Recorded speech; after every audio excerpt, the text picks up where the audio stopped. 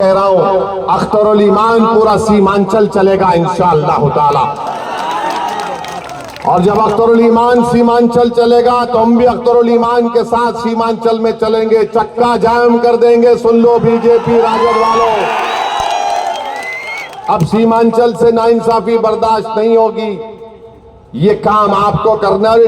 हमारे ये मुजाहिद साहब हैं, इनका नाम क्या है? मास्टर मुजाहिद। मास्टर का मास्टर कौन है? नरेंद्र मोदी। मास्टर का मास्टर नरेंद्र मोदी है। अगर कल पार्लियामेंट में यूनिफॉर्म सिविल कोड का, यकसा सिविल कोड का बिल लाया जाएगा, उत्तराखंड में बीजेपी ने यकसा सिविल कोड का बिल लाकर यह कह दिया कि मुसलमान निकाह से शादी नहीं करेगा, स्पेशल मैरिज एक्ट के तहत करेगा। दुल्हन को महर नहीं मिलेगा, स्पेशल मैरिज एक्ट के तहत होगा।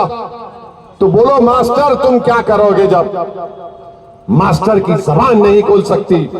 क्योंकि मास्टर की जबान पर नरेंद्र मोदी की गारंटी का स्टैंप है।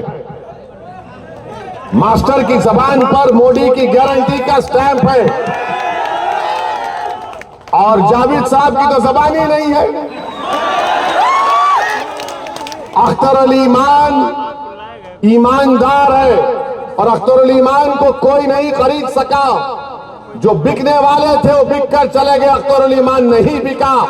अख्तरुल ईमान की जबान की कीमत है और अख्तरुल ईमान अपनी जबान को नकारा खल्क बनाकर पार्लियामेंट की दरो दीवार को हिला के रख देगा आपके इंसाफ के लिए।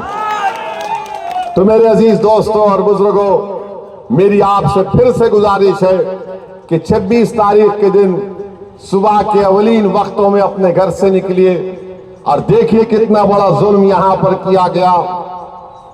कि अभी हमारे को अख्तर भाई ने बताया कि कितनी जायदादें शेरशाहवादी लोगों की, सुरजापुरी भाइयों की, और फिर आप देखते हैं कि कुलैया बरादरी के अनेक। बताइए आप, आबादी में जितना हिस्सा है शेरशाहवादियों का, उनको आप देते हैं कितने? 5,000 नौकरी, 5,500 नौकरी, 21,000 मिलना, 5,500 नौकरी उनको मिलती है।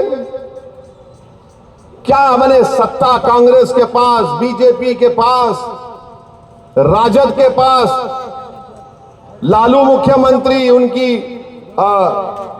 वाइफ मुख्यमंत्री, उनका बेटा deputy chief minister Nitish Kumar 15-16 साल से मुख्यमंत्री, और गाली पूरे मिलके देते मजलिस इत्तेहादुल मुस्लिमीन को। अरे सत्ता में तुम थे, तुमने इंसाफ क्यों नहीं किया? बताओ, तुमने कितनी नौकरियां दी? सेंसस के नाम पर तुम खुद बेनकाब हो चुके हो। मेरे अजीज दोस्तों और बुजुर्गों, हम आपसे अपील कर रहे हैं, याद रखिए भारत की राजनीति की एक तल्ख हकीकत है, जिसके पास सियासी कायद होगा उसी की आवाज सुनी जाएगी। जिसके पास सियासी कायद नहीं, जिस कौम के पास सियासी लीडर नहीं, उसको कोई नहीं पूछता।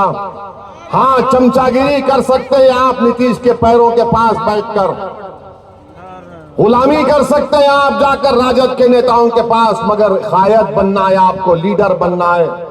वो काम मजलिस इत्तेहादुल मुस्लिमीन आपसे अपील कर रही है कि आप आगे बढ़िए। बिहार में, सीमांचल में, किशनगंज में अपनी एक सियासी क़यादत को बनाइए, ताकि आपकी आवाज, आपके मसाइल हल हो सके। यही चंद गुजारिशात हमको आप तक कहना था। मैं उम्मीद करता हूं कि इंशाअल्लाह ताला 26 तारीख के